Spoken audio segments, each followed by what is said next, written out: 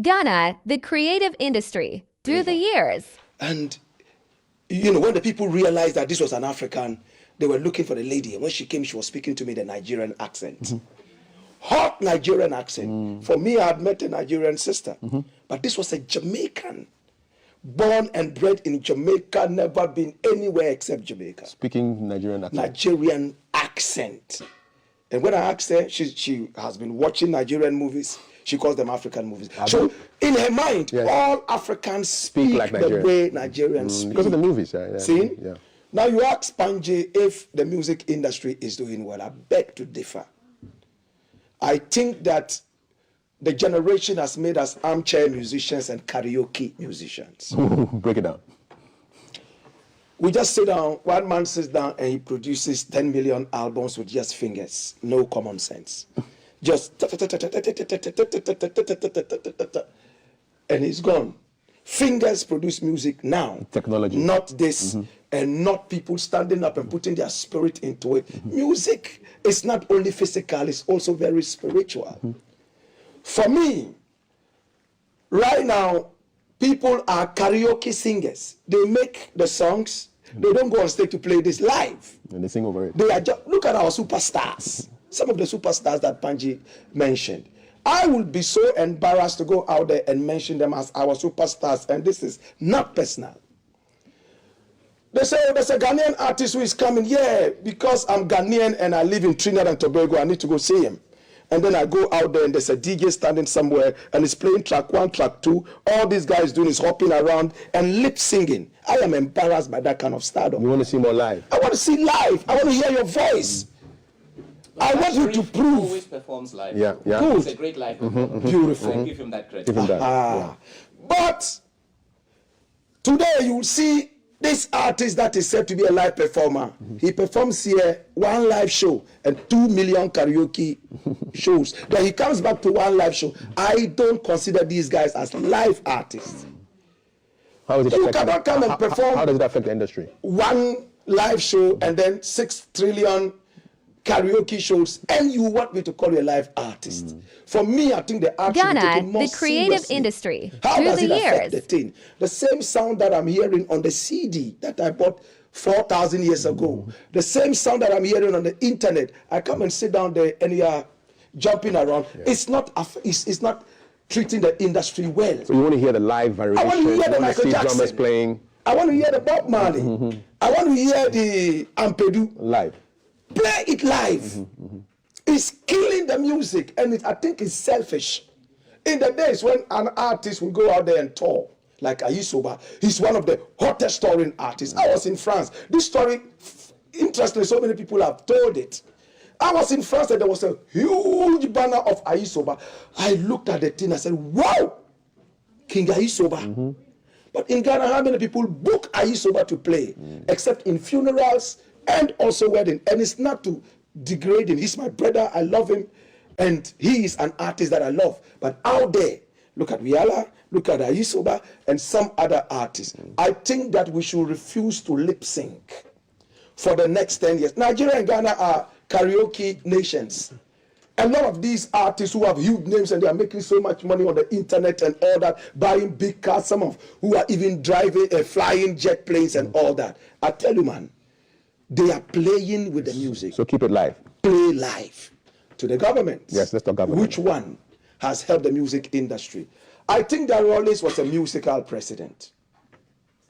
Before Rawlings, Kwame Nkrumah was the biggest influence of our music. He used to tour with the Ramblers International Band. Yes. Internationally. Internationally. He insisted. When Nkrumah went, he took a Ghanaian band. Oh, nice. He insisted. Ramblers must play here. Say, Your Excellency, it's for you to make a speech. Yes, before I make the speech, Ramblers would have to play. One time. And Ramblers will come in there and play. And Ramblers became so huge. Even when Nkrumah was overthrown, Ramblers tried to move on, but the next governments that came did not support that too much. Rawlings was also a musical president. I remember when Lucky Dube was here, and then he was singing, pass the mic on to Rawlings, he sang, pass to Nana Kurit, and all that. You see? Did they put in structures for the industry? Structures, no. These presidents that I mentioned did. Now I am saying that there is going to be some kind of attention on the arts. You see, we want to see a lot of that. And please, again, play live. Play live, says Blakk Rasta. Play live. Message coming in here from Oscar Provençal, says hi to everybody, and he says hi to Panji. Congratulations to you for your contributions and championing of indigenous and hip life music in Ghana. This is from Oscar Provençal. Inspector Bediako. One time. Inspector. He's our guest here Classmate. Mondays. He's your classmate? Yeah. Oh, nice. So Oscar, I've known Oscar since maybe we were 12, 13, 14. And you see, Oscar at that age, who knew he was going to be the incredibly successful actor and producer that he became, you know? So, I mean, very few of my classmates chose a career in the arts, but Oscar and myself are two of them. So, Charlie, congratulations, my brother Oscar. Love you very much. Thank you so much. And you too, thank you for your contribution to Let's talk government from you, and then the role of veteran creatives like you. I mean, me, I beg to differ with Blakk Rasta. Okay. Right? Yes, in Nkrumah, nobody even comes close. Nobody can even hold a match to Nkrumah. to Nkrumah's toenail, right? When it comes to investing in the arts and understanding the role and the function that the arts could play. Even this place we're having the conversation here is Yes. Nkrumah's Yeah. 60 years ago. Yes. He set this place up. And Nkrumah sent a film crew to record the independence celebration of every African country, knowing that Ghana, in the 100 years' creative time, industry, they will through need the footage years. of their independence celebrations. And so we will be able to keep leasing or selling them this footage forever, right? This is one of the tragic stories in Ghana where we have lost this footage or we sold it for peanuts. But who invested in, think about how significant the independence celebration of a nation is. And you don't own it, another African country does. Whenever you need it, you've got to go and buy it from them, license right? it out. So apart from, promoting African music everywhere he went, Nkrumah also invested in Concert Party, who went around everywhere educating the population. So Nkrumah used the arts to educate. Where I am not a fan of Rawlings is that when Rawlings came to power, they decided that music education in primary schools was a bourgeoisie pursuit. And therefore Rawlings removed music education from primary schools. And this has cost us a lot. And the reason why Rawlings removed music education from our schools is also because of the approach of the Ghana Education Service, which is that to teach music in schools, we need to buy a $4,000 Roland 88 weighted keyboard, which costs thousands of dollars.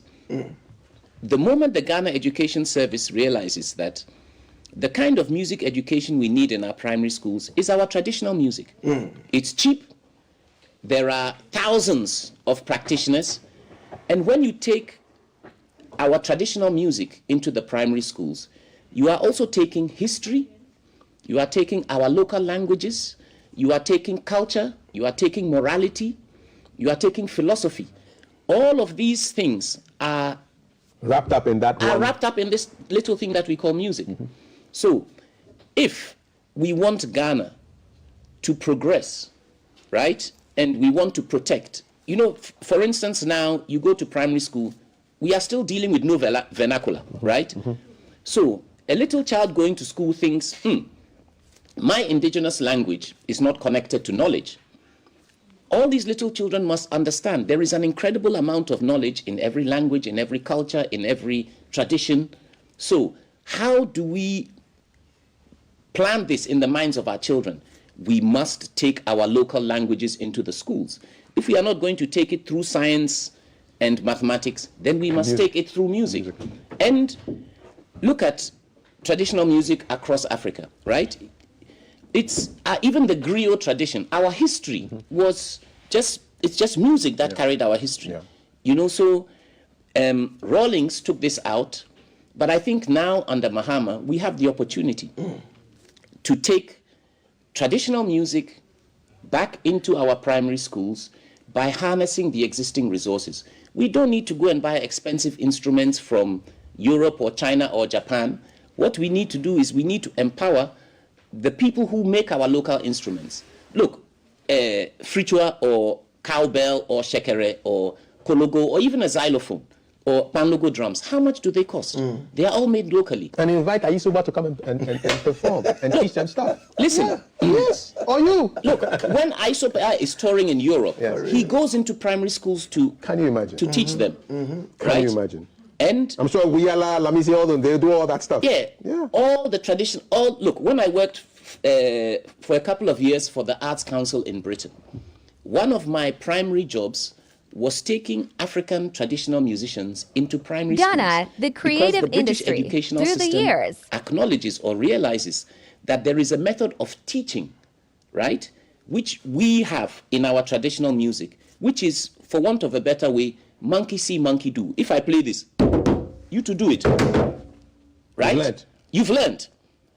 You've learned by just watching me and feeling what I'm doing. That's it. So there are children with learning difficulties. Yeah, autism and all that stuff. Yes. Music helps them. Yes. I saw phenomenal changes in children in British schools because I was doing this over a period of time. So I go to this school in January of this year with some African musicians. We go again. 1 year later, I noticed that this child who was recognized as having severe learning difficulties has changed. Bring the because music back. We need to bring our music back into the system. our schools, with our language, with our tradition, with our history. Otherwise, we'll lose it. One time. We are almost out of time, so this will be for you, Blakk Rasta. For real. Looking back on your journey, what would you say is the one message or legacy that you hope to leave for the next generation of musicians from not just Ghana, but Africa? Well, the concept of kuchoko and the authenticity of creativity. You see, that's what I am looking at as legacies, you know. For instance, an avid reggae fan comes to tell you that, okay, we have reggae, you love reggae, let's indigenize it. And right now, everywhere I go, people say kuchoko. One time. Kuchoko, kuchoko, kuchoko. But for me, it is something that can have a very powerful impact on our industry. And if the youth who are loving dancehall, for instance, when you go to Zimbabwe right now, they have their kind of dancehall that they call the Zim dancehall. Yeah, man.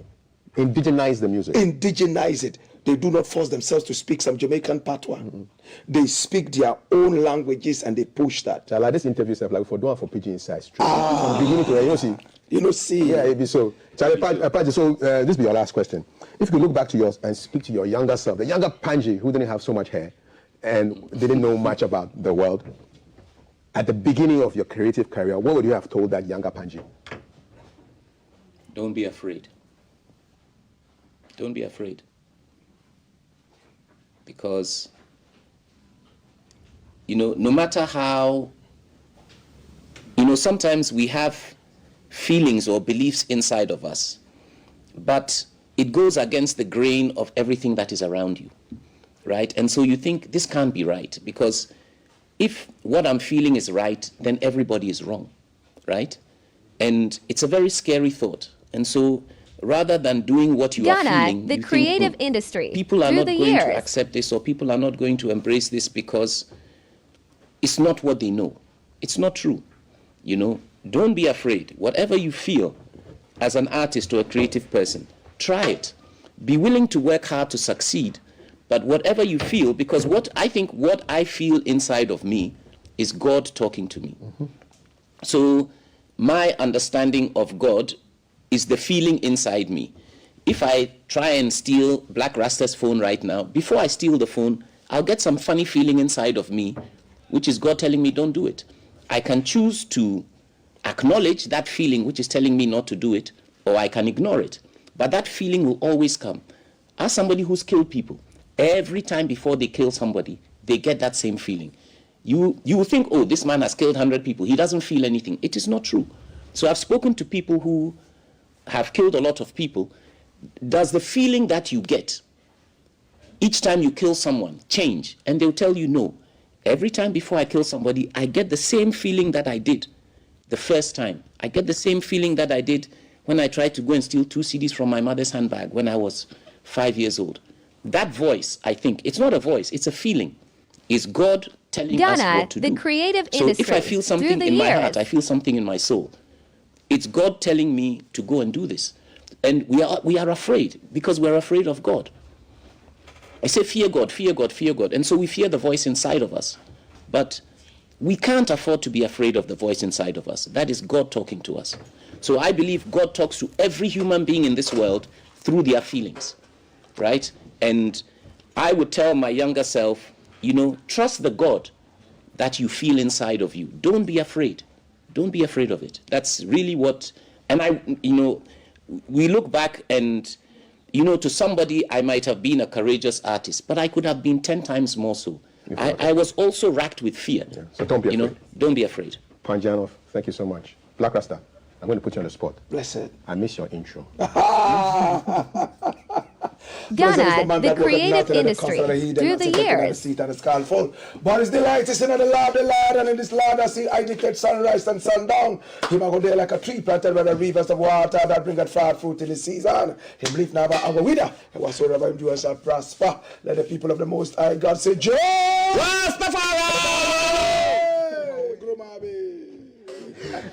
My chair was safe because nobody will bounce.